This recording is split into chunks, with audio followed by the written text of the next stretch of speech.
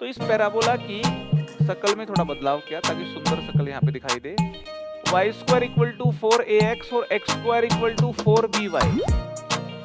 अगर आप इसकी जगह कैपिटल एक्स लिख दोगे, इसकी जगह कैपिटल वाई लिख दोगे, तो ये एक एलिप्स ही है। अरे समझ में आ रही कि नहीं आ रही? मैं बस आपको ये समझाना चाहता हूँ पैरामेट्रिक फॉर्म में भी अगर कर्व दे रखा हो, है ना, यहाँ पे मैं आपको बस ये बताना चाहता हूँ, इस रोटेटिंग, ये है रोटेटिंग लाइन, इतनी बड़ी है, जब ये रोटेट करेगी तो थीटा डिसाइड कर लो और इसका आर डिसाइड कर लो, इस बिंदु पे पहुंच जाओगे। हर बिंदु का आर और theta shifting of origin, shifting of origin,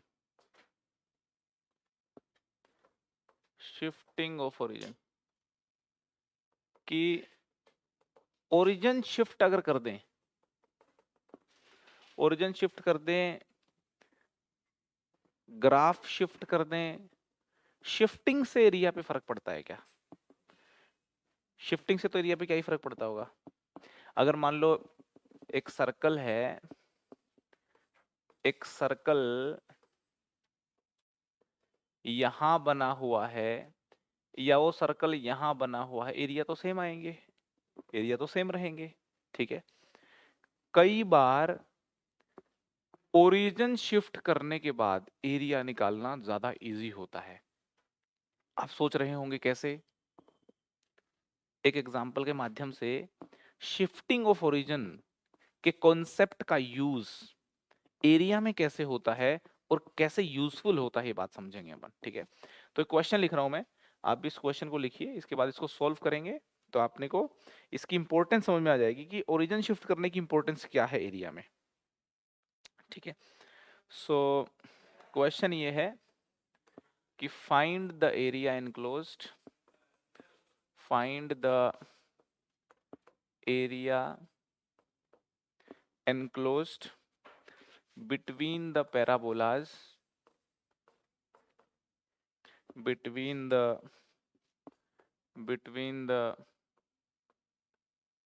parabolas y square minus 2y plus 4x plus 5 equal to 0 and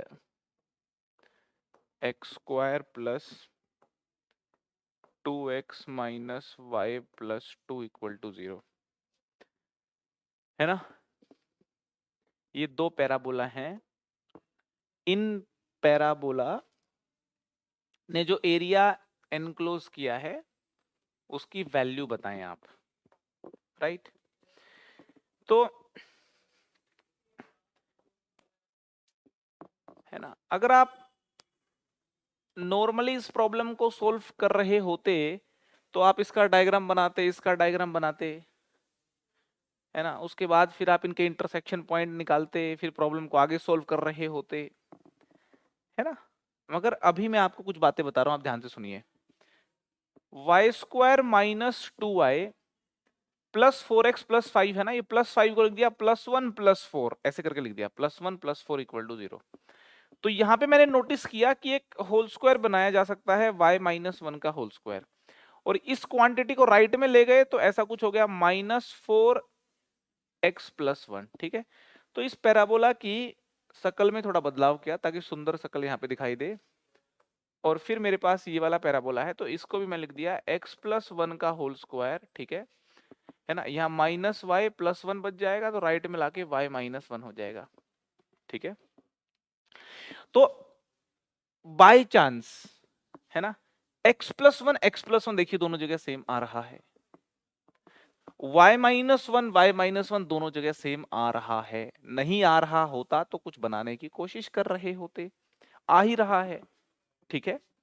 तो मैंने सोचा कि अगर मैं रिप्लेस कर दूं, अगर मैं रिप्लेस कर दूं x प्लस 1 को कैपिटल X से और y माइनस 1 को कैपिटल Y से, तो मुझे मेरा पैराबोला नजर आएगा कैपिटल X और कैपिटल Y एक्सिस के ऊपर कुछ ऐसा, capital Y square equal to minus 4 capital X, minus 4 capital X, और मुझे मेरा दूसरा पैराबोला नजर आ रहा होगा capital X square is equal to capital Y. है दोनों पैराबोला, कोई प्रॉब्लम नहीं है जी। अरे समझ में आ रही कि नहीं आ रही? मैंने capital X capital Y axis पे बना ली है अभी। कैपिटल एक्स एक्सिस कहां है? कैपिटल एक्स एक्सिस वहां है जहां पे स्मॉल एक्स इक्वल टू -1 वाली लाइन। कैपिटल वाई एक्सिस कौन सी है? स्मॉल वाई इक्वल टू 1 वाली लाइन। अरे समझ में आ रही कि नहीं आ रही? ठीक है, शिफ्टिंग ऑफ ओरिजिन का कॉन्सेप्ट आई होप आपको पता होगा, स्ट्रेट लाइन में अपन ने सीखा था। तो ये दो पैराबोला देखो इस शकल में आ गए, तो फिर आप बोलेंगे तो बहुत ही सिंपल हो गया। क्यों सिंपल हो गया? क्योंकि आप फॉर्मूला जानते हैं, Y square equal to 4ax और x square equal to 4by। ये दोनों पैराबोला जो एरिया इनक्लोज करते हैं, इसका फॉर्मूला मैंने आपको कहा है कि यार याद ही कर लो आप। याद आ रहा है? 16ab/3। तो मुझे बता दो आप कि इसका a कितना है? a यहाँ पे a कितना है? 1। b कितना है? हाँ, एरिया को तो फिर लास्ट में मॉडुलस ही लेना है, मैग्नीट्यूड ही है ये बेसिकली। b कितना है? 1/4। एरिया कितना होगा? एरिया इनक्लोज्ड होगा 16 into a into b divide by 3। Answer आ गया खट से 4/3। कितना सिंपल हो गया ना एकदम से क्वेश्चन, है ना? इसको जब सुंदर रूप में लिखोगे, इसको जब सुंदर रूप में लिखोगे और बातें सारी अगर आपको याद हैं तो एकदम इजीली सॉल्व हो जाएगा ये। तो एरिया इनक्लोज हो गया 4/3।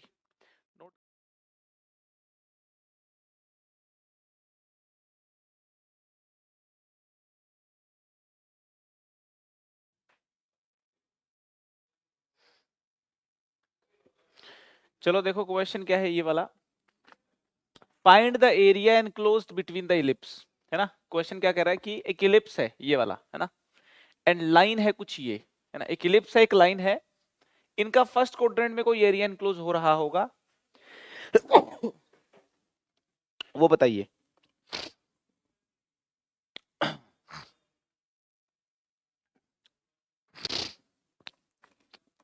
तो कोशिश की आप लोगों ने बताने की, डायग्राम ड्रॉ किया?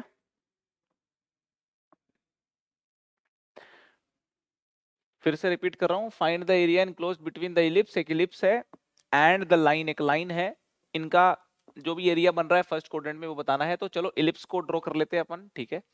देखो जरा इस इक्वेशन को ध्यान से देखो, ये इक्वेशन एक इलिप्स की इक्वेशन है जी, इलिप्स की इक्वेशन है ये। अगर मैं इसको थोड़ा अच्छे से लिख दूंगा तो मजा आएगा आपको समझने में कि हाँ वाकई ये इलिप्स है ना?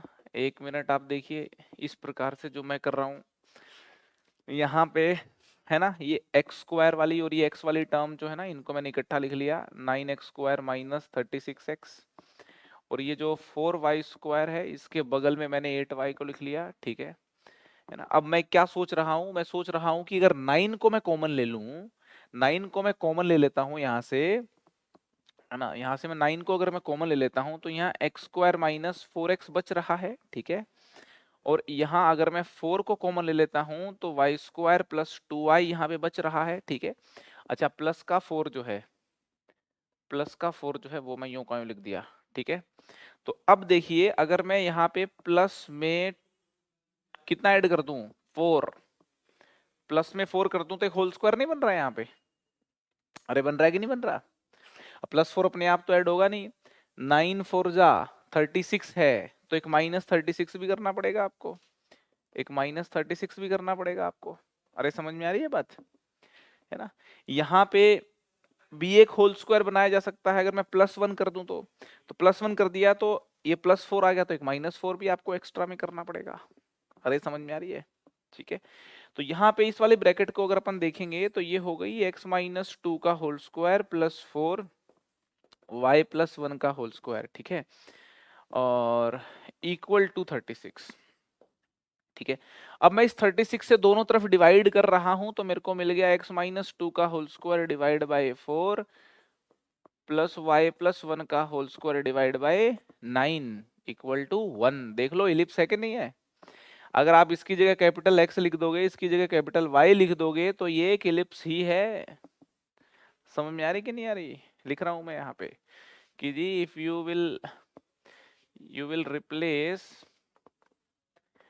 रिप्लेस x माइनस 2 की जगह x एंड y प्लस 1 की जगह कैपिटल Y, तो आप देखें ये बेसिकली एक एलिप्स ही है, ये एक एलिप्स ही है। बिल्कुल ठीक कह रहे हो आप, ये एक एलिप्स ही है। ठीक है, अब इन कैपिटल X और कैपिटल Y की शकल में जो गिवन स्ट्रेट लाइन है वो भी बनानी पड़ेगी अपने को, है ना, क्योंकि सारी प्रॉब्लम को या तो कैपिटल X कैपिटल Y में डील करोगे या भाई स्मॉल x स्मॉल y में डील करेंगे। तो मेरी जो स्ट्रेट लाइन है 3x plus 2y minus 10 equal to 0, इस वाले स्ट्रेट लाइन के साथ मैंने क्या हरकत की, ऐसे किया 3, ये x था ना, मेरे को x माइनस 2 चाहिए, तो मैंने क्या किया x माइनस 2 और प्लस 2 भी करना पड़ेगा फिर प्लस 2, है ना। y के बगल में अपने को क्या चाहिए, y प्लस 1 चाहिए, तो y प्लस 1 किया और माइनस 1 भी कर दिया। तो यहां से देखोगे आप 3x minus 2 plus 2y plus 1, तो 6 minus 2 is 4 minus 10 is minus 6 equal to 0। अब आप कह रहे हो कि जी x माइनस 2 कैपिटल X है, आप कह रहे हो कि जी y प्लस 1 जो है कैपिटल Y है, तो इसका मतलब मेरी स्ट्रेट लाइन कुछ ऐसी दिखनी चालू हो जाएगी। Capital X axis capital Y axis पे इलिप्स लिख दिया मैंने, स्ट्रेट लाइन मैंने लिख दी है, तो जी क्वेश्चन देखिए, क्वेश्चन भी सोल्व हो जाएगा। तो अब डायग्राम बना लेते हैं, चित्र बना लेते हैं जी, है ना, चित्र बना लेते हैं। तो इलिप्स जो है, ये इलिप्स देखोगे आप तो y के नीचे एक बड़ा नंबर है ना, y वाली टर्म के नीचे बड़ा नंबर है, ठीक है। तो ये capital X capital Y axis ले रहा हूं मैं, स्मॉल x स्मॉल y के ऊपर नहीं बना रहा, ये एक्सिस ले ली मैंने कैपिटल X कैपिटल Y। तो अगर ये capital X capital Y axis हैं, तो मेरे को लगता है इलिप्स तो कुछ ऐसा बन जाएगा, देखो यूं करके, ऐसा कुछ करके इलिप्स बन जाएगा, ठीक है। अच्छा, इलिप्स अगर ऐसा होगा तो मुझे बताएं ये वाला बिंदु क्या होगा जी, ये वाला बिंदु और ये वाला बिंदु मुझे बता दे जरा, है ना। देखो कैपिटल Y को 0 कर दो तो कैपिटल X 2 आ जाएगा जी, तो ये बिंदु तो 2,0 होगा। कैपिटल X को 0 कर दोगे तो कैपिटल Y यहाँ पे 3 आ जाएगा जी। फर्स्ट क्वाड्रेंट में इंटरेस्ट है मेरा, ठीक है, ऐसे करके पॉइंट आ जाएंगे, ठीक है। मुझे बताओ अगर स्ट्रेट लाइन ये वाली ड्रॉ करूंगा मैं, तो क्या आप ये समझ पा रहे हैं कि जो स्ट्रेट लाइन होगी वो इन दो बिंदुओं से पास कर रही होगी, क्योंकि अगर आप यहाँ पे कैपिटल Y को 0 करोगे तो कैपिटल X 2 आ रहा है, कैपिटल X को 0 करोगे तो कैपिटल Y 3 आ रहा है। अरे समझ में आ रही है बात, है ना। हमसे कहा गया है कि एरिया इनक्लोज बताओ, मतलब ये वाले एरिया में इंटरेस्ट है, इस वाले एरिया में, ठीक है। तो जो रिक्वायर्ड एरिया है, रिक्वायर्ड एरिया जो है वो ये वाला एरिया है, और ये वाला एरिया मैं ये बोल रहा हूं कि इलिप्स के क्वार्टर का एरिया माइनस ट्राइंगल का एरिया कर दो, आंसर आ जाएगा। क्वार्टर इलिप्स का एरिया माइनस ट्राइंगल का एरिया, क्वार्टर इलिप्स का एरिया हो गया pi A B divide by 4, pi A B, A कितना है 2, बी है 3, pi A B divide by 4 minus triangle का area half base into height, base two height 3। सहमत हो तो बता दो, area of quarter ellipse minus area of triangle, है ना। ये जो क्वार्टर इलिप्स है, ये जो क्वार्टर इलिप्स है pi A B divide by 4 है ना, minus area of this triangle half A into B, है ना, बेस इंटू हाइट, ठीक है। तो यहां पे देखो 2 तो ये डिनोमिनेटर में रहा, 3 पाई माइनस 6, 3 कॉमन ले लिया, पाई माइनस 2, ये आंसर आ गया जी, ठीक है, ठीक है ना। 3 into pi minus 2 divide by 2, ये आंसर आ गया, 3 into pi minus 2 divide by 2। तो ये जो इलिप्स है ना, इस इलिप्स की शक्ल सुधारी, ऐसी कुछ बनी, और इसी के अकॉर्डिंग, इसी कैपिटल X कैपिटल Y को मद्देनजर रखते हुए मैंने लाइन की इक्वेशन को मॉडिफाई किया, लाइन की इक्वेशन को कैपिटल X कैपिटल Y के हिसाब से लिखा, है ना। तो उसके बाद फिर capital X capital Y axis के ऊपर अगर अपन इलिप्स बनाएंगे और लाइन बनाएंगे तो कितनी अच्छी सिमेट्री यहाँ पे देखने को मिल रही है, और इजीली अपन एरिया निकाल पा रहे हैं, है ना। इंटीग्रेशन पे यहाँ पे जाने की जरूरत नहीं है। जब अपन बहुत ही सिंपल एरिया को ऑब्जर्व कर रहे हैं तो सिंप्लिसिटी से डील कर सकते हैं। ठीक है जी। तो मुझे लगता है आपको शिफ्टिंग ऑफ ओरिजिन का महत्व समझ आया होगा इस टाइप के प्रॉब्लम्स में। ठीक है, कि हम डिफरेंट एक्सिस पे अगर एरिया निकालेंगे, डिफरेंट एक्सिस को मद्देनजर रखते हुए एरिया निकालेंगे तो हमारी कैलकुलेशन बहुत ही सिंप्लीफाई हो जाती है।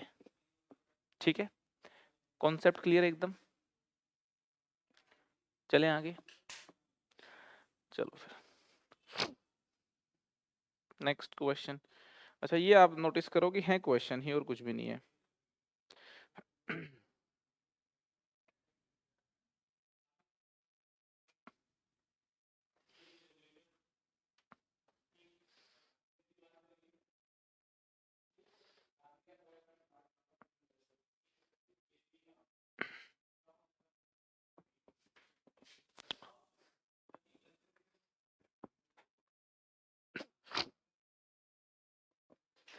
अच्छा, आपको ये बात पता है ना कि अपने को ये बात मालूम है ना कि कर्व की इक्वेशन पैरामेट्रिक फॉर्म में भी लिखी जा सकती है ना। तो एक कर्व अगर पैरामेट्रिकली लिखा हो और फिर एरिया का डिस्कशन किया हो तो एरिया कैसे निकालेंगे, यहां पे अभी हम ये सीखेंगे। ठीक है, तो area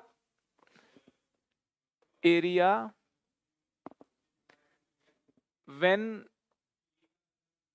curves are expressed parametrically, when curves are expressed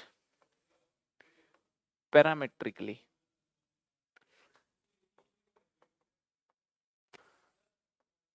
हम एरिया बाउंडेड का डिस्कशन करना चाहते हैं, है ना, जब कर्व की इक्वेशन पैरामेट्रिक फॉर्म में दे रखी हो, है ना। टॉपिक क्या डिस्कशन करना चाहता है यहाँ पे कि एरिया बाउंडेड जब कर्व की इक्वेशन पैरामेट्रिकली दे रखी हो। इस कहानी को एक क्वेश्चन के थ्रू हम सीखने का प्रयास करेंगे, है ना। क्वेश्चन ये है, find the area enclosed, find the area enclosed by the curves, find the area enclosed by the curve। एक ही कर्व दे रखा है, x equal to a sine cube t, y is equal to a cos cube t।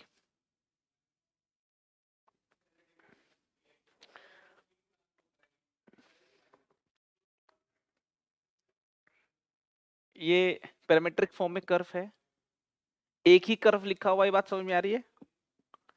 शायद ये curve खुद ही closed figure होगा, इसलिए इसने कहा है कि area enclosed by the curve बताइए। ठीक है, देखिए इस कर्व को, एक बार इस कर्व को अपन देखते हैं चीज क्या है ना। मैंने कहा x बाय ए की वैल्यू कितनी है बताओगे, साइन क्यूब टी। इस 3 पावर को इधर लाना है तो 1/3 बन जाएगी। x बाय ए की पावर 1/3 कितना हो गया, दोनों तरफ स्क्वायरिंग कर दी तो x बाय ए की पावर 2/3 कितना हो गया, साइन स्क्वायर टी। तो यहां से बात समझ में आ गई कि साइन स्क्वायर टी मेरा इतना होगा। और यहां से अगर मैं कोस स्क्वायर टी आपसे पूछूं, अगर आपसे कोस स्क्वायर टी पूछूं तो कितना बोलोगे, y बाय ए की पावर 2/3। और अगर मैं कहूं दोनों को जोड़ दो आप, ये मेरी फर्स्ट है, ये मेरी सेकंड इक्वेशन है। If I add equation 1 and 2 तो मेरे को मिल जाएगा x बाय ए की power 2/3 plus y by A की power 2/3 equal to sine square T plus cos square T 1। जो कर्व मेरा पैरामेट्रिक फॉर्म में लिखा हुआ है उसको मैंने xy की फॉर्म में लिख लिया, कार्टेशियन फॉर्म में लिख लिया, xy फॉर्म में लिख लिया। समझ में आ रही कि नहीं आ रही? तो यहां से कर्व मेरे को नजर आया x की पावर 2/3 प्लस y की power 2/3 is equal to a की पावर 2/3। ठीक है, समझ में आ रही है? अगर मैं डायग्राम बनाऊंगा, इस कर्व को अगर मैं ट्रेस करूंगा तो देखिए कैसी स्थिति पैदा होगी। कुछ बातें मैं बोल सकता हूं कि जी y 0 रखोगे तो x कितना आएगा, y 0 रखोगे तो x कितना आएगा a, और x 0 रखोगे तो y कितना आएगा, x 0 रखोगे तो भी y a आ गया, है ना? तो ये कर्व कुछ ऐसा हो गया। अब ये बोल सकते हो आप, अच्छा क्यों ऐसा हो गया, अरे X square plus Y square equal to A square circle होता है ये। मैंने नहीं कहा था आपको कि फिर पावर अगर आप यहाँ पे कम करोगे तो कर्व जो है ये ऐसे की बजाय थोड़ा नीचे से होना चालू कर देता है। ठीक है, अरे समझ आ रही है, सिंपल सी बात है। y 0 करोगे तो x a आ रहा है, x 0 करोगे तो y a आ रहा है, कर्व यहां से यहां जाएगा, कॉन्टिन्यूअस ग्राफ है। अगर मैं x की जगह -x रिप्लेस कर दूं, फर्क पड़ रहा है क्या इक्वेशन पे? नहीं पड़ रहा। इसका मतलब जैसा इधर है वैसा ही नेगेटिव x एक्सिस की तरफ भी है। और अगर मैं y की जगह -y रिप्लेस कर दूं तो फर्क नहीं पड़ रहा है। तो इसका मतलब जैसा अबव द x है वैसा ही बिलो द x होगा, मतलब जैसा पॉजिटिव y की तरफ है वैसा ही नेगेटिव y की तरफ होगा। तो पहले तो हमें यह समझना है कि मेरा जो कर्व है वो कुछ ऐसा होगा, बिल्कुल सिमेट्री है इस कर्व के अंदर। तो मैं बोल सकता हूं कि ये वाला जो एरिया होगा इसको 4 से मल्टीप्लाई कर देंगे तो टोटल एरिया इनक्लोज्ड आ जाएगा। ठीक है, तो जो एरिया इनक्लोज्ड होगा, जो एरिया इनक्लोज्ड होगा वो हो जाएगा 4 टाइम्स ये वाला एरिया। और ये एरिया देखिए x की वैल्यू 0 से a तक मेरे को इंटीग्रेट करना पड़ेगा, फंक्शन x की वैल्यू 0 से a तक फंक्शन को इंटीग्रेट करना पड़ेगा। ठीक है, और ये वाला जो पोर्शन है, यहाँ पे ये वाला जो पोर्शन है इसकी इक्वेशन अगर लिखेंगे, देखो इसको उधर ले गए, ये हो गया आपका a की पावर 2/3 माइनस x की पावर 2/3। ये किसके बराबर आ गया, y की पावर 2/3 के बराबर आ गया, और y देखोगे तो y आ गया इसकी पावर 3/2। मुझे लगता है बात बिल्कुल समझ में आ रही होगी आपको। ठीक है ना? तो ये जो ब्रांच है इसकी इक्वेशन मैंने लिख दी, a की पावर 2/3 माइनस एक्स की पावर 2/3 और इस पूरे की पावर 3/2 dx। ठीक है, ये वाला इंटीग्रल आपको आंसर दे देगा। मगर यहाँ पे देखो अच्छी अच्छी बातें भी है कुछ। अब इस इंटीग्रल को सोल्व करने के लिए फिर से सब्स्टिट्यूशन करना पड़ेगा आपको। क्या करना पड़ेगा? सब्स्टिट्यूशन, सब्स्टिट्यूशन करना पड़ेगा। और सब्स्टिट्यूशन में पता है क्या करना पड़ेगा, x equal to a sine cube t। Substitution भी यही करना पड़ेगा। तो सब्स्टिट्यूशन जब करोगे आगे आपका आ जाएगा आंसर। ठीक है, मैं एक और बात यहां पे कहना चाहता हूं आपको, यहां अपन एक और बात समझना चाहते हैं कि कर्व जो है ना वो है, कर्व जो है वो है x equal to a sine cube t, y is equal to a cos cube t। मैं एक बात यहां पे ये कहना चाह रहा हूं कि जब भी अपन एरिया निकालते हैं, जब भी अपन एरिया निकालते हैं प्रोजेक्टेड ऑन एक्स एक्सिस, जब भी अपन एरिया निकालते हैं projected on x axis, area projected on x axis, तो हमारा जो बेसिक यहाँ पे कॉन्सेप्ट होता है वो ये होता है कि ये y equal to F X है, तो y कोऑर्डिनेट को आप इंटीग्रेट कर दो। ये तो कॉन्सेप्ट होता है, y कोऑर्डिनेट को इंटीग्रेट कर दो आप x1 से लेकर के x2। अरे यही होता है कॉन्सेप्ट। तो y कोऑर्डिनेट बोले तो fx को इंटीग्रेट कर दो x1 से x2, y को इंटीग्रेट कर दो x1 से x2, यही तो होता है कॉन्सेप्ट। ठीक है, तो इस कॉन्सेप्ट को डायरेक्टली अगर मैं यहां पे ऐसे अप्लाई करूं कि यार देखो 4 टाइम्स, अगर मैं लिखती हूँ 4 टाइम्स, मैं y कोऑर्डिनेट को अगर यहां पे सीधा इंटीग्रेट कर दूं, जैसे y कोऑर्डिनेट है, ये y कोऑर्डिनेट है, देखो a cos cube t y coordinate हो गया ये, है ना? y कोऑर्डिनेट इनटू, है ना, dx लिखते हैं तो dx सीधा निकाल के लिख दो, dx कितना हो गया, dx हो गया आपका 3a, कितना हो गया, sign square T into cos t, ऐसा हो गया, है ना? y कोऑर्डिनेट को मैं इंटीग्रेट करने के लिए यहाँ पे सोच रहा हूँ, और विद रिस्पेक्ट टू एक्स था तो उसको भी यहाँ पे टी की फॉर्म में ले आया, ठीक है, इंटू डी टी, ऐसा कुछ सीन हो गया, ठीक है। अब जब मेरा एक्स जीरो था, जब मेरा एक्स जीरो था तो टी कितना था, जीरो। जब मेरा एक्स ए है, जब मेरा एक्स ए है तो टी कितना है, पाई बाय 2। ये लो, तो ये लो, डायरेक्टली ही लिख दिया मैंने इसको। अरे समझ में आ रही क्या नहीं आ रही? मैं बस आपको ये समझाना चाहता हूं, पैरामेट्रिक फॉर्म में भी, पैरामेट्रिक फॉर्म में भी अगर कर्व दे रखा हो, है ना, यहाँ पे मैं आपको बस ये बताना चाहता हूं कि अगर कोई बोले कि if x is equal to F T and y is equal to G T, और आपको कर्व पता है कैसा होगा, आपको एरिया की सिचुएशन मान लो पता है, एक मिनट के लिए मान लेते हैं एरिया की सिचुएशन आपको पता है ना, मेरा ऐसा है कर्व, एक्स वाई में ऐसा कर्व है, और आप ये वाला एरिया निकालना चाहते हो x1 से x2। एक तरीका तो ये है कि आप फंक्शन बना करके, है ना, कोई यहाँ पे kx फंक्शन बन जाएगा, ठीक है।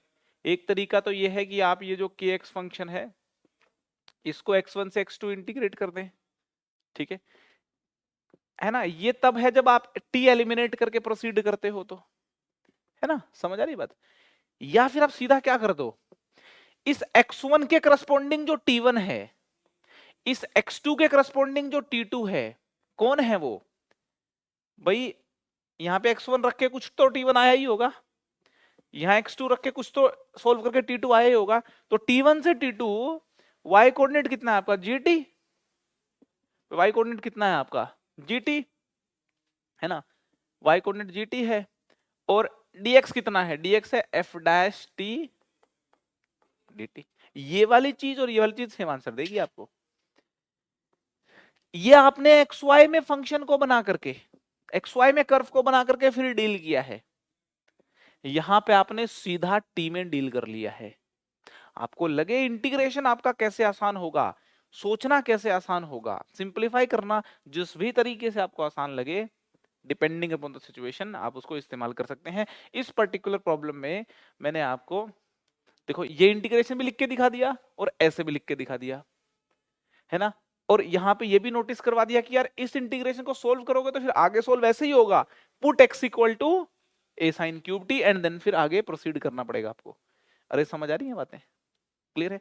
तो कर लें इसको इंटीग्रेट आगे, फिर इसको इंटीग्रेट अगर आगे करेंगे अपन तो 4 3 जा 12, 12 a स्क्वायर, 12 a स्क्वायर, 0 से पाई बाय 2, 0 से pi by 2 sign square T into cos की पावर 4t dt, ठीक है, sign square T into cos की पावर 4t dt, ठीक है जी, कोस की पावर 4 आ रही है ना, यस। तो कैसे करें इसको इंटीग्रेट, वोलिज थ्योरम याद है, अरे वोलिज फॉर्मूला याद है, हाँ, साइन की पावर m कोस की पावर n और 0 से पाई बाय 2 इंटीग्रेट करना हो तो वोलिज फॉर्मूले से सीधा आंसर लिख देंगे अपन यहाँ पे, है ना। इसलिए तो आपको वोलिज फॉर्मूला पढ़ाया था ताकि आप इस तरीके के क्वेश्चन को सीधा शॉर्टकट से आप सोल्व कर सको। तो क्या होती है वोलिज फॉर्म बताओ, वोलिज थ्योरम बताओ जरा, भूल गए हैं जी?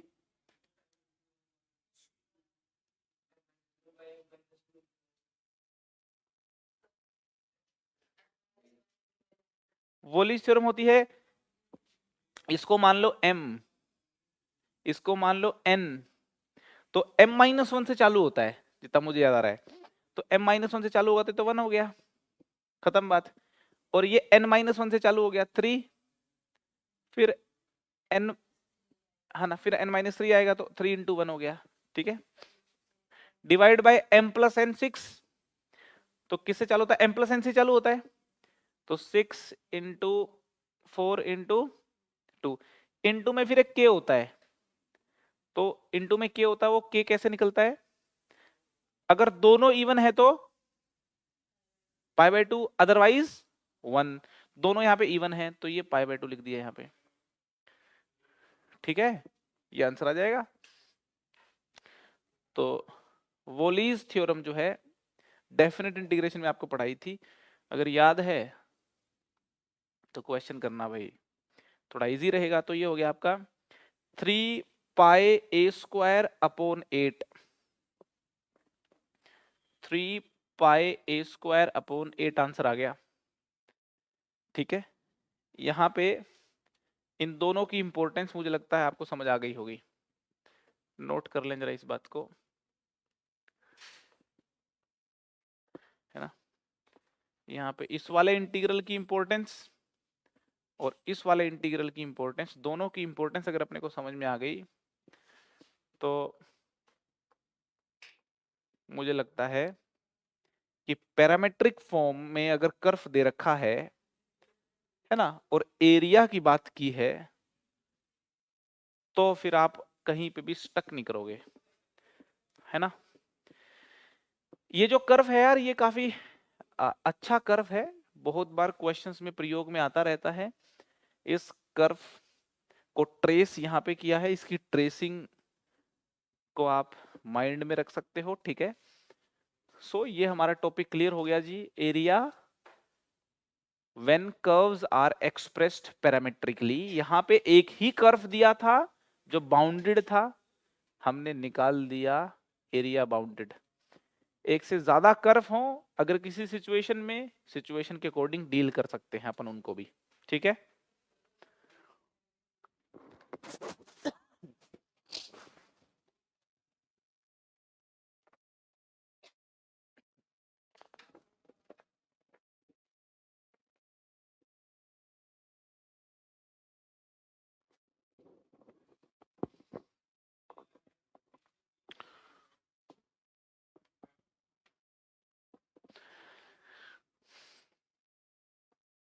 सो नेक्स्ट टॉपिक है area enclosed. Area enclosed when curves are expressed in polar form. अब ये पोलर फॉर्म क्या चीज है, पोलर फॉर्म का क्या मीनिंग है, इस बात को समझ लेते हैं, है ना। सबसे पहले तो पोलर कोऑर्डिनेट्स को समझ लेते हैं अपन, ठीक है ना। कार्टेशियन, कार्टेशियन फॉर्म का मीनिंग आपको समझ आता होगा मुझे लगता है। Cartesian system, Cartesian system, Cartesian coordinates की अगर अपन बात करें तो आपको इजीली समझ में आता है, कार्टेशियन कोऑर्डिनेट सिस्टम, है ना। कार्टेशियन कोऑर्डिनेट सिस्टम समझ में आता है। कार्टेशियन कोऑर्डिनेट सिस्टम का मतलब है कि भाई एक एक्स एक्सिस है, एक वाई एक्सिस है, और आपने किसी भी बिंदु के कोऑर्डिनेट्स डिसाइड कर रखे हैं एक्स एक्सिस वाई एक्सिस के according. X coordinate Y axis से इस बिंदु का डिस्टेंस होता है और वाई कोऑर्डिनेट एक्स एक्सिस से इस बिंदु का डिस्टेंस होता है। समझ आ रही बात आपको, समझ आ रही बात आपको। क्या है कार्टेशियन सिस्टम है ये, पूरी ज्योमेट्री कार्टेशियन सिस्टम पे अपन पढ़ सकते हैं, जिसको कोऑर्डिनेट ज्योमेट्री कहा जाता है। एक और सिस्टम है ज्योमेट्री को सीखने का जिसको बोलते हैं polar system, polar coordinate system. आज हमको वो पोलर कोऑर्डिनेट सिस्टम एक बार देखना है। तो पहले तो हम एक बार पोलर कोऑर्डिनेट सिस्टम देख लेते हैं, चीज क्या है polar coordinate system. Polar coordinate system चीज क्या है ये एक बार देख लेंगे आज अपन। पोलर कोऑर्डिनेट सिस्टम का सीन ऐसा है, इसमें ये कहा जाता है कि देयर इज अ फिक्स्ड रे, देयर इज अ फिक्स्ड रे, है ना। ये एक फिक्स्ड रे है जिसको बोलते हैं इनिशियल लाइन। क्या बोलते हैं, इनिशियल लाइन। तो ये मेरी हो गई इनिशियल लाइन, इनिशियल लाइन। और एक होती है रोटेटिंग लाइन। क्या होती है, रोटेटिंग लाइन। एक है रोटेटिंग लाइन ऐसे करके, वो रोटेट करती रहती है। और कहा गया है कि किसी भी बिंदु पे आपको पहुंचना है, इस रोटेटिंग लाइन का लेंथ और एंगल डिसाइड कर लो तो बिंदु पे पहुंच जाते हो आप। इस रोटेटिंग, ये है रोटेटिंग लाइन इतनी बड़ी है, जब ये रोटेट करेगी तो थीटा डिसाइड कर लो और इसका आर डिसाइड कर लो, इस बिंदु पे पहुंच जाओगे। हर बिंदु का आर और थीटा का कॉम्बिनेशन चेक करें, आर कोमा थीटा चेक करें, तो यूनिक आर कोमा थीटा मिलेगा हर पॉइंट का। हर पॉइंट का एक यूनिक आर कोमा थीटा होगा। जो इसका आर कोमा थीटा है, किसी दूसरे बिंदु का वो आर कोमा थीटा नहीं होगा। समझ आ रही बात आपको? यहां पे कहा गया है हर बिंदु का एक यूनिक ए कोमा बी होगा। अगर मैं 2,3 पॉइंट दे दूं आपको, तो 2,3 नाम का एक ही पॉइंट होगा। अगर मैं यहां पे आपको 2,π/3 दे दूं, तो 2,π/3 का एक ही पॉइंट होगा। π/3 एंगल पे जो हो यूं करके, और 2 डिस्टेंस पे ओरिजिन से, है ना। ये इसको है ना, इसको ओरिजिन बोल देंगे अपन।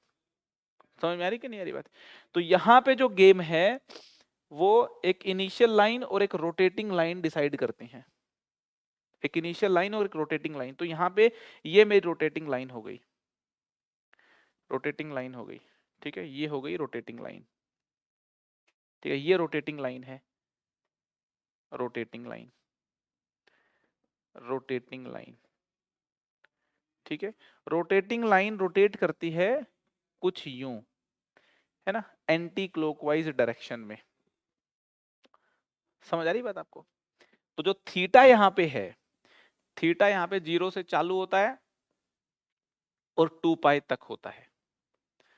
थीटा की यहां पे अंडरस्टैंडिंग हो गई होगी। थीटा जो है 0 से चालू होता है, 2π तक होता है, ठीक है। आर जो है कभी नेगेटिव नहीं हो सकता। आर 0 होता है, आर 0 होता है सिर्फ इस बिंदु का, है ना, ओरिजिन का, ठीक है। तो आर जो है मेरा ग्रेटर देन इक्वल टू 0 होता है ना। आर 0 होता है इस बिंदु का, ठीक है जी। तो पोलर सिस्टम क्या है, ये बात समझ में आ गई आपको? पोलर सिस्टम क्या है, बात समझ में आ गई आपको? ठीक है। मैं कहता हूं कि एक बिंदु का नाम कार्टेशियन सिस्टम में 1,1 है, उसी बिंदु का नाम पोलर सिस्टम में कितना होगा? एक बिंदु का नाम कार्टेशियन सिस्टम में 1,1 है, उस बिंदु का नाम यहां पे कितना होगा, है ना। देख लेते हैं। एक बिंदु का नाम 1,1 है XY सिस्टम में, x, y के हिसाब से XY सिस्टम में, है ना। XY सिस्टम में एक बिंदु का नाम 1,1 है ना। ओरिजिन XY सिस्टम का भी यही है, पोलर सिस्टम का भी यही है। इनिशियल रे, इनिशियल लाइन पोलर सिस्टम की ये है। तो ये बिंदु जो होगा, इसका आर अगर आप चेक करोगे तो आर तो हो गया √2, थीटा चेक करोगे तो थीटा हो गया आपका π/, तो ये आर कोमा थीटा के हिसाब से ये √2 π/4 हो गया। सीन कुछ ऐसा है। समझ में आ गई बात? क्लियर है ये बात एकदम? ठीक है जी, एकदम परफेक्ट है। पोलर सिस्टम क्लियर हो गया। पोलर सिस्टम तो क्लियर हो गया, लेकिन अब हमें ये देखना है कि पोलर सिस्टम के हिसाब से एरिया क्या होगा। आप सोच रहे होंगे क्या कह रहा हूं मैं, पोलर सिस्टम के हिसाब से एरिया का मीनिंग, एक कर्व की इक्वेशन कार्टेशियन सिस्टम में हो सकती है तो पोलर सिस्टम में भी हो सकती है भाई।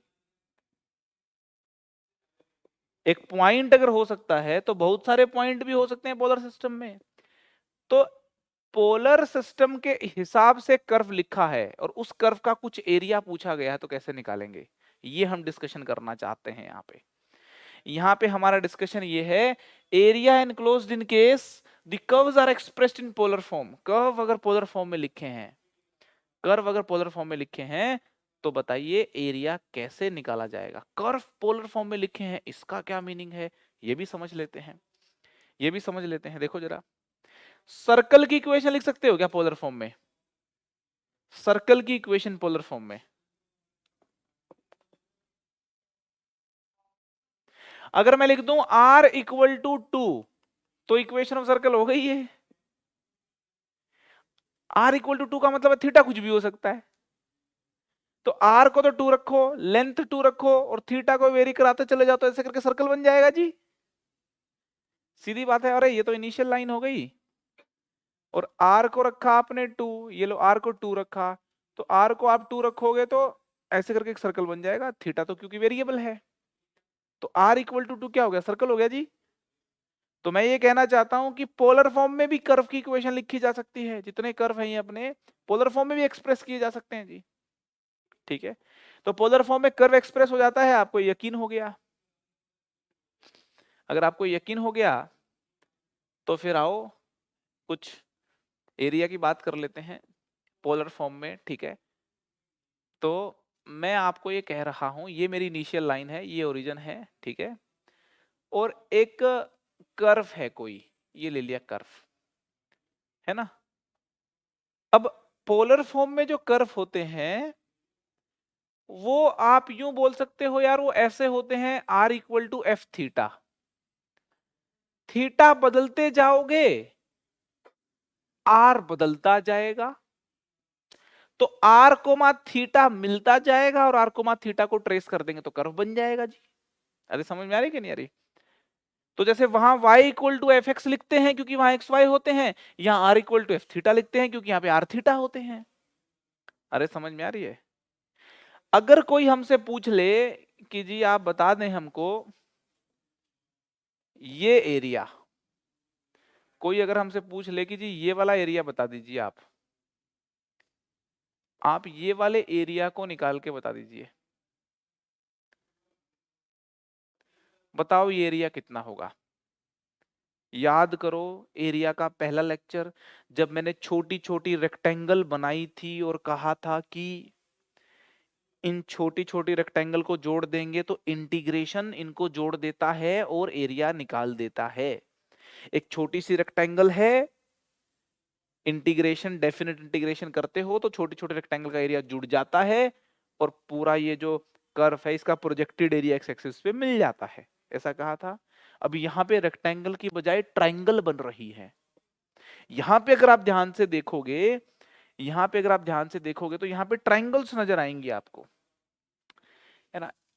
ये एक ट्राइंगल ले ली मान लो मैंने, ये एक ट्राइंगल ले लिया ऐसे करके, है ना। ऐसी करके बहुत सारे ट्राइंगल देखो, ये ट्राइंगल्स हैं। इस पूरे एरिया को आप इनफाइनाइट ट्राइंगल्स में, इनफाइनाइट छोटी छोटी ट्राइंगल्स में तोड़ सकते हो। बिल्कुल तोड़ सकते हो, तोड़ सकते हो, नहीं तोड़ सकते हो। और इन सारी ट्राइंगल्स का एरिया जोड़ दिया जाए तो ये जो एरिया है, रिक्वायर्ड एरिया है, ये निकल जाएगा। समझ आ रही है? आप मुझे बताओ कि ये जो एक ट्राइंगल है, कोई जनरल ट्राइंगल है, कोई भी जनरल ट्राइंगल है, अगर मैं इस जनरल ट्राइंगल का एरिया लूं तो ये जनरल ट्राइंगल का एरिया कुछ, अच्छा ट्राइंगल भी क्या है, ये एक सेक्टर सा ही है, ये छोटे छोटे सेक्टर्स हैं, ये ना ट्राइंगल बोल सकते हो आप इनको, ऐसी कोई बात नहीं है, ट्राइंगल नहीं बोल सकते आप। देखो इनको आप अप्रोक्सीमेट सेक्टर बोल लो या ट्राइंगल बोल लो, क्योंकि एरर तो रहेगा इनमें, क्योंकि ना ये एग्जैक्टली सेक्टर है ना ये एग्जैक्टली ट्राइंगल्स हैं, है ना। अरे समझ में आ रही कि नहीं आ रही?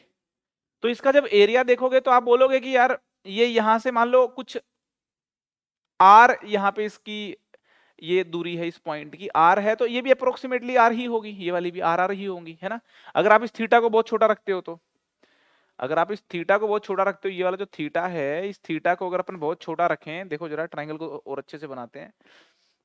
इस ट्राइंगल की बात कर रहा हूं मैं ये वाले ट्राइंगल की बात कर रहा हूं, ठीक है। ये भी आर है, ये भी मेरा जो है आर रहेगा, और ये जो थीटा है, ये थीटा भी छोटा सा है, डी थीटा बोल सकते हैं इसको अपन, है ना, डी थीटा, इसको डी थीटा बोल रहा हूं मैं, ठीक है। ये लो डी थीटा लिख दिया यहाँ पे, डी थीटा, ठीक है, डी थीटा। तो एरिया कितना हो जाएगा, एरिया कितना हो जाएगा इस वाली छोटू सेक्टर का, छोटू ट्राइंगल का, ये सेक्टर के हिसाब से सोचे तो half R square D theta हो गया, और ट्राइंगल के हिसाब से देखोगे तो half A into B sine D theta, और साइन डी थीटा ही होता है फॉर स्मॉल एंगल्स, है ना। तो half R square D theta हो गया। आपको नहीं लगता अगर मैं इसको इंटीग्रेट कर दूं थीटा 1 से लेकर के थीटा 2 तक, तो मेरे को मिल जाएगा एरिया, रिक्वायर्ड एरिया। अरे समझ में आ रही कि नहीं आ रही? Half R square D theta को थीटा 1 से थीटा 2 मैं इंटीग्रेट कर दूं, अगर मैं इसको इंटीग्रेट कर दूं, ये मेरा थीटा 1 है, और ये मेरा θ2 है। अगर मैं θ1 से जहां तक निकालना चाहता हूं इंटीग्रेट कर दूं तो काम नहीं हो जाएगा मेरा? अरे समझ आ रही कि नहीं आ रही? तो पोलर फॉर्म में अगर हमारे पास कर्व है तो एरिया निकालने का ये फॉर्मूला होता है, area of a curve, area of a curve in polar form, in polar form, in polar form.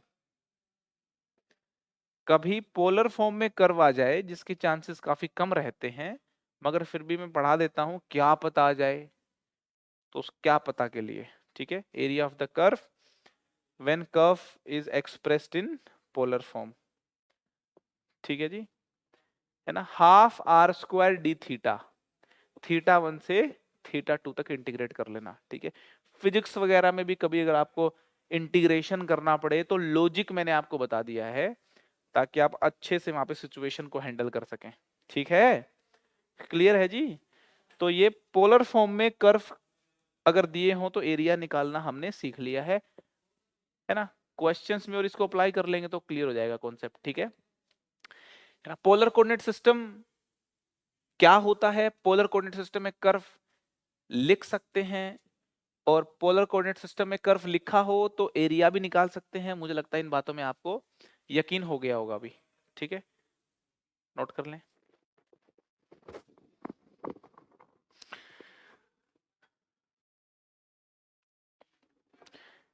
Let's do this question.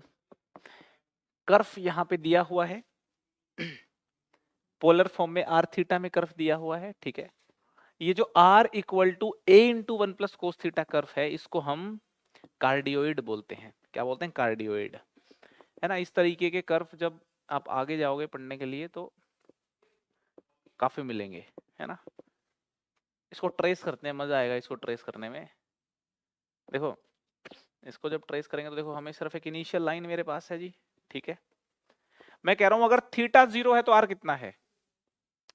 Theta 0 है तो r 2a, मतलब थीटा 0 है तो r 2a है, तो मतलब यहां से चालू होगा कर्व। ये थीटा 0 है तो r मेरा 2a है, थीटा 0 है तो r 2a है, ठीक है। फिर थीटा को π/2 कर दो, थीटा π/2 कर दिया, r कितना हो गया? a, थीटा को π/2 कर, तो इसका मतलब r जो है कम हो रहा है, r जो है कम हो रहा है, तो इसका मतलब r जो है क्या हो रहा है?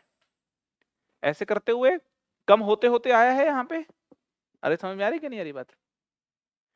थीटा को फिर बढ़ाना चालू करो, और बढ़ाओ थीटा को, आप थीटा को π/2 से बढ़ाओगे तो ये चीज नेगेटिव होनी चालू हो जाएगी, नेगेटिव होनी चालू हो जाएगी, ए से और कम होना चालू हो जाएगा। अरे समझ में आ रही कि नहीं आ रही? और थीटा को जब आप बिल्कुल पाए ले गए, थीटा को बिल्कुल पाए ले गए तो ऐसा नहीं लगता कि ये कम होते होते कम होते होते बिल्कुल जीरो में घुस जाएगा ऐसे करके। और पॉजिटिव थीटा पे या यूं कहें नेगेटिव थीटा पे एक ही सीन रहा होगा, कोस प्लस थीटा माइनस थीटा का सेम बिहेवियर रहता है। तो उस बिहाफ पे मैं ये बोल सकता हूं कि कुछ ऐसा कर्व रहा होगा। अरे समझ में आ रही कि नहीं आ रही? समझ में आ रही है? ऐसा कुछ कर्व रहा होगा, थीटा, है ना, थीटा इक्वल टू जैसे ही पाई होगा तो आर जो है जीरो हो जाएगा, है ना, ऐसा कुछ करके कर्व रहा होगा। तो ये हो गया आपका कार्डियोइड। अब सवाल ये उठता है कि एरिया कैसे निकालें। मैं तो कहता हूं कि डबल कर दो, ऊपर वाले लूप का जो भी एरिया है उसका डबल कर दो, नीचे वाले का भी आ जाएगा। ऊपर वाले का डबल कर दोगे तो नीचे वाला आ जाएगा, नहीं आ जाएगा? बिल्कुल आ जाएगा जी। तो मैं ये वाला एरिया निकालने का इच्छुक हूं और इसका डबल कर रहा हूं, ठीक है। तो एरिया जो है वो हो जाएगा 2 टाइम्स, 2 टाइम्स, 2 टाइम्स, देखो एक जनरल एलिमेंट ले लो जी, यहाँ पे ले लिया, तो 2 टाइम्स हो गया 1/2 आर स्क्वायर, आर स्क्वायर हो गया आपका ये आर स्क्वायर, है ना, डी थीटा, ठीक है, 1/2 आर स्क्वायर डी थीटा, ठीक है जी। आर कितना है मेरा? a into 1 plus cos theta, ठीक है। थीटा कहां से कहां ले ले? थीटा 0 से लेकर के पाई ले लें, थीटा 0 से लेकर के पाई ले लें। तो इधर से जो भी आंसर आ रहा होगा वही मेरा आंसर होगा। तो चलो जी, ए स्क्वायर तो यहाँ पे आ गया, 0 से पाई हो गया यहाँ पे। तो 1 प्लस कोस थीटा को लिख सकते हैं अपन 2 कोस स्क्वायर थीटा बाय 2, है ना, और इसका स्क्वायर। ठीक है जी, ठीक है। तो 1 मिनट के लिए इसके अंदर मान लो let theta by 2 is equal to alpha, theta by 2 equal to alpha, तो डी थीटा हो जाएगा 2d एल्फा, और ये जो इंटीग्रेशन है ये हो जाएगा आपका ए स्क्वायर, है ना। थीटा बाई 2 को अल्फा मानोगे तो अल्फा हो गया 0 से पाई बाई 2, 2 का स्क्वायर है ये, है ना, 4 हो गया, 4 इंटू कोस की पावर 4 हो गया, कोस की पावर 4 हो गया। थीटा बाई 2 जो है उसकी जगह आपने अल्फा लिख दिया, है ना। डी थीटा की जगह हो गया आपका 2d अल्फा, है ना, डी थीटा हो गया 2d अल्फा, है ना, 2d अल्फा। ठीक है, तो this will be 8 A square. अरे वोलीज फॉर्मूला लग जाएगा क्या फिर से? वोलीज फॉर्मूला लग के सवाल हो जाएगा सॉल्व भी, बिल्कुल, क्योंकि कोस की पावर 4 अल्फा, साइन की पावर 0 अल्फा, ऐसा मान लो आप। ठीक है, तो यहाँ पे वोलीज फॉर्मूला लगा देते हैं जो आपको याद नहीं है। ठीक है, तो ये हो जाएगा आपका 3 इंटू 1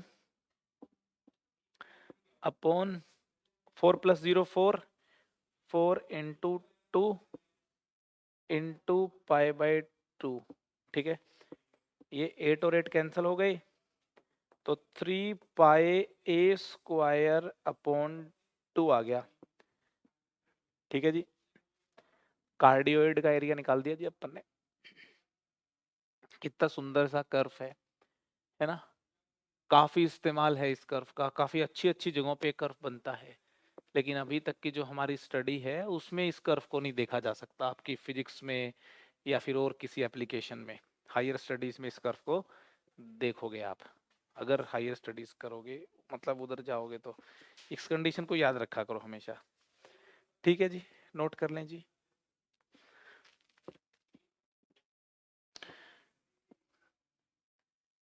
डिटर्मिनेशन ऑफ फंक्शन, मतलब फंक्शन को डिटरमाइन करना, ये कोई कॉन्सेप्ट नहीं है नया, ये एक पर्टिकुलर टाइप का प्रॉब्लम है ना। एक प्रॉब्लम सेट होता है जिसमें कुछ कंडीशंस दे करके, कुछ बातें बता करके कहा जाता है कि जी बताओ फंक्शन क्या होगा। तो ऐसे टाइप के प्रॉब्लम्स को मैंने कह दिया कि डिटर्मिनेशन ऑफ फंक्शन वाले प्रॉब्लम्स हैं ये। ठीक है, तो ये जो प्रॉब्लम है ये J98 का 8 मार्क्स का बड़ा क्यूट सा क्वेश्चन था।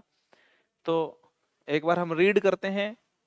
यहाँ पे लास्ट में देखो, लास्ट की लाइन में लिखा हुआ determine the function F X, function F x पूछा गया है। ठीक है, कुछ कंडीशन दे करके, ठीक है, एरिया की कुछ कंडीशन दे रखी हैं। इसने कहा let C1 and C2 be the graph of the functions y equal to X square and y equal to 2x, y equal to X square and y equal to 2x। और यहाँ पे ये ध्यान रखना है ये ग्राफ सिर्फ 0 से 1 के बीच में डील करने हैं अपने को। तो यहाँ पे देखो ये डायग्राम दे रखा है, इसमें x की वैल्यू 0 से 1 के बीच में डील कर रखा है इन ग्राफ को, है ना। ये आपका y इक्वल टू 2x बना दिया, ये y equal to X square बना दिया। 0 से 1 के बीच की बात करें तो y equal to X square नीचे होता है, y इक्वल टू 2x ऊपर होता है, 2x बड़ा होता है एक्स स्क्वायर से। 0 से 1 वाले इंटरवल की बात करते हैं तो, ठीक है। ठीक है, इसने कहा let C3 be the graph of the function y equal to F X, है ना। y equal to F X function का एक ग्राफ है C3 जो यहां कुछ बना हुआ है।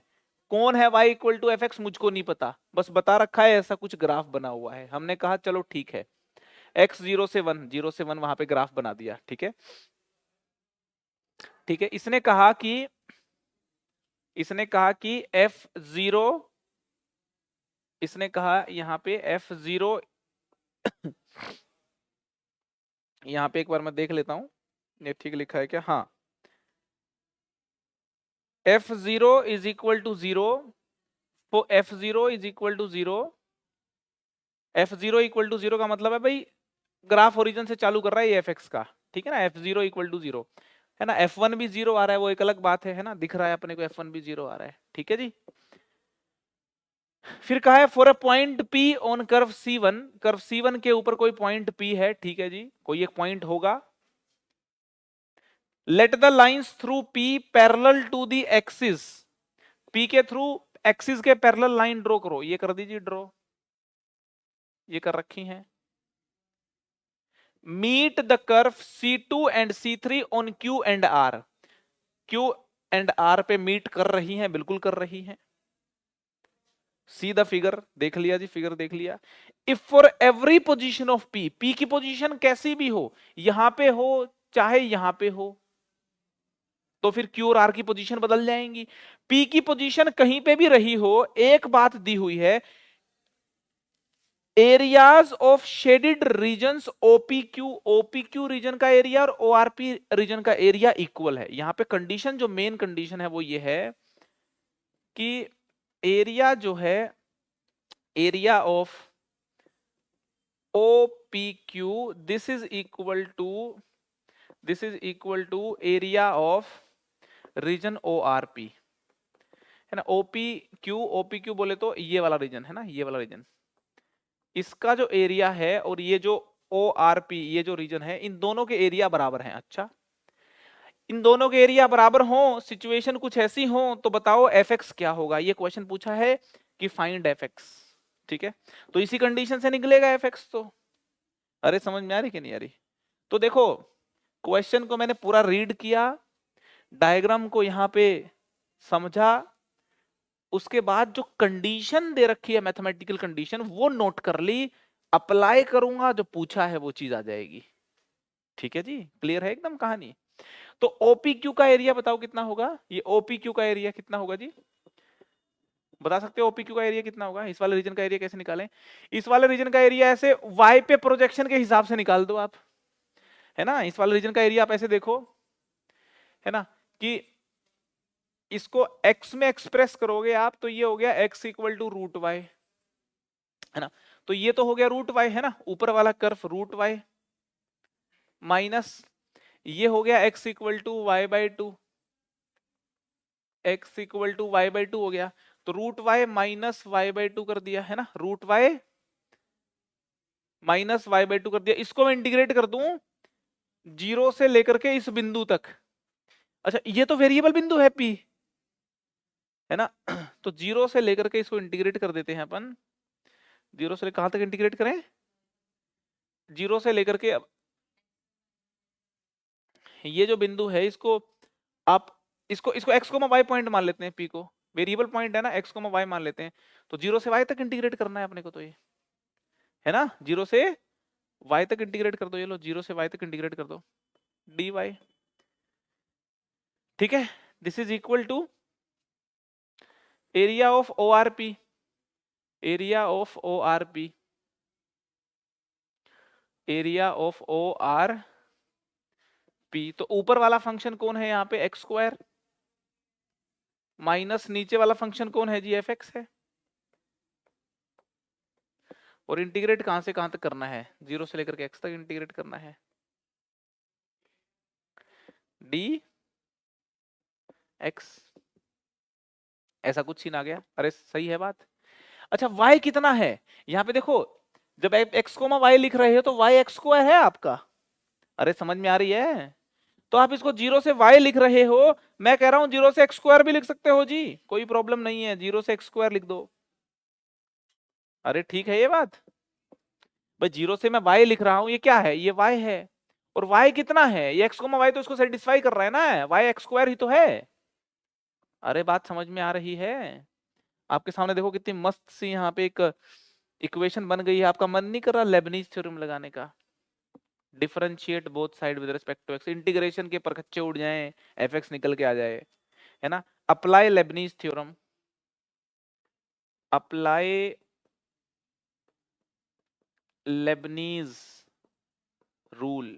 लेबनीज थ्योरम जो अप्लाई करोगे, डिफरेंशिएट करोगे दोनों तरफ, तो क्या करोगे? एक्स स्क्वायर को यहां फिट करोगे, तो कितना हो गया? x माइनस एक्स स्क्वायर को यहां फिट करोगे, ऐसा करोगे, और बोलोगे एक्स स्क्वायर का डिफरेंशिएशन इंटू एक्स स्क्वायर का डिफरेंशिएशन 2x, माइनस 0 को फिट करोगे 0, इक्वल टू एक्स को फिट करो, इंटू एक्स का डिफरेंशिएशन 1 हो गया, माइनस माइनस, देखो कितनी इंटरेस्टिंग बात है, माइनस जब जीरो करोगे तो जीरो इंटू एफ जीरो, फिर जीरो का डिफरेंशिएशन जीरो होता है, ठीक है। तो एफ एक्स निकल के आ जाएगा यहां से, चलो जी निकालते हैं। देखो ये हो गया आपका 2x, x से मल्टीप्लाई हो गया 2x स्क्वायर हो गया, है ना, कितना हो गया 2x स्क्वायर हो गया, ठीक है। 2x x से मल्टीप्लाई हो गया 2x स्क्वायर हो गया, 2 से 2 कैंसिल हो गया, x क्यूब हो गया, ठीक है जी, माइनस एक्स क्यूब हो गया equal to X square minus F X. बहुत ही बढ़िया, एफ एक्स को ले गए लेफ्ट में,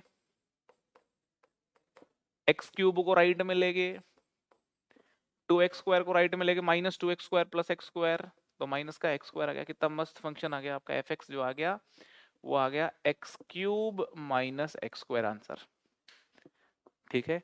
अब पूरी प्रॉब्लम को ध्यान से देखो, कितने नंबर का है, 8 नंबर का है। लाइन कितनी लगी, 4 कहां लगी, एक और एक 2 ही तो लगी। ये लाइन है क्या, ये अप्लाई लेबनीज थ्योरम, ये सब लाइन है, ये है, ये क्या, ये कोई लाइन है, ये 2 लाइन लगी, नंबर कितने 8। तो आईआईटी 6 नंबर देती है सोचने के, पढ़ने के, और 2-3 नंबर देती है लिखने के। तो आप जो सोचते हो कि क्वेश्चन सोच रहे हैं, उसमें जो लेबर कर रहे हो उसकी वैल्यू मिलती है आपको, आपको पता नहीं चलता, ठीक है। ऐसे कई क्वेश्चन आए हैं जो 8 नंबर 10 नंबर के हों और 2 लाइन में सोल्व हो रहे हों। फिजिक्स में भी ऐसे क्वेश्चन आए हैं और मैथ्स में भी ऐसे क्वेश्चन आए हैं। ये एक क्वेश्चन आपके सामने है जिससे आप बहुत कुछ सीख सकते हो। इस क्वेश्चन से काफी कुछ सीखने का है। एक चीज तो सीखने की ये है कि यार अपने को कंडीशन पकड़नी होती है, जिसके बाद आप मैथमेटिकल बात कर पाओ और फिर क्या निकालना है आगे आप निकाल पाओ सोचते सोचते, ठीक है ना। ये तो एक क्वेश्चन के रेस्पेक्ट में बात कही मैंने। दूसरी यहां से सीखने को बात क्या मिलती है, आपको अंग्रेजी काफी लिख के दी जाएगी, आप उस अंग्रेजी में फंस के मत रहना, उसकी अंडरस्टैंडिंग पकड़ लेना बस। इस सारी कहानी से बात इतनी ही कही है कि भाई ये दोनों एरिया बराबर हैं, समझ रहे हो आप बात को, है ना। तो अंग्रेजी जो है उसमें से अंडरस्टैंडिंग पार्ट निकाल करके आगे बढ़ जाओ आप। और बड़ी लैंग्वेज से, बड़ी रकम से आपको घबराना नहीं है ना। तो इस तरीके के कई क्वेश्चन आए हैं और बुक्स में भी मिलते हैं कि फंक्शन बताओ आप, तो कंडीशन पकड़ लो, आगे मैथमेटिकल कैलकुलेशन कर दो, फंक्शन निकल जाएगा जी, ठीक है। तो मैं लिख दिया था यहाँ पे डिटर्मिनेशन ऑफ फंक्शन। क्लियर है बात एकदम, ठीक है, तो क्लियर है तो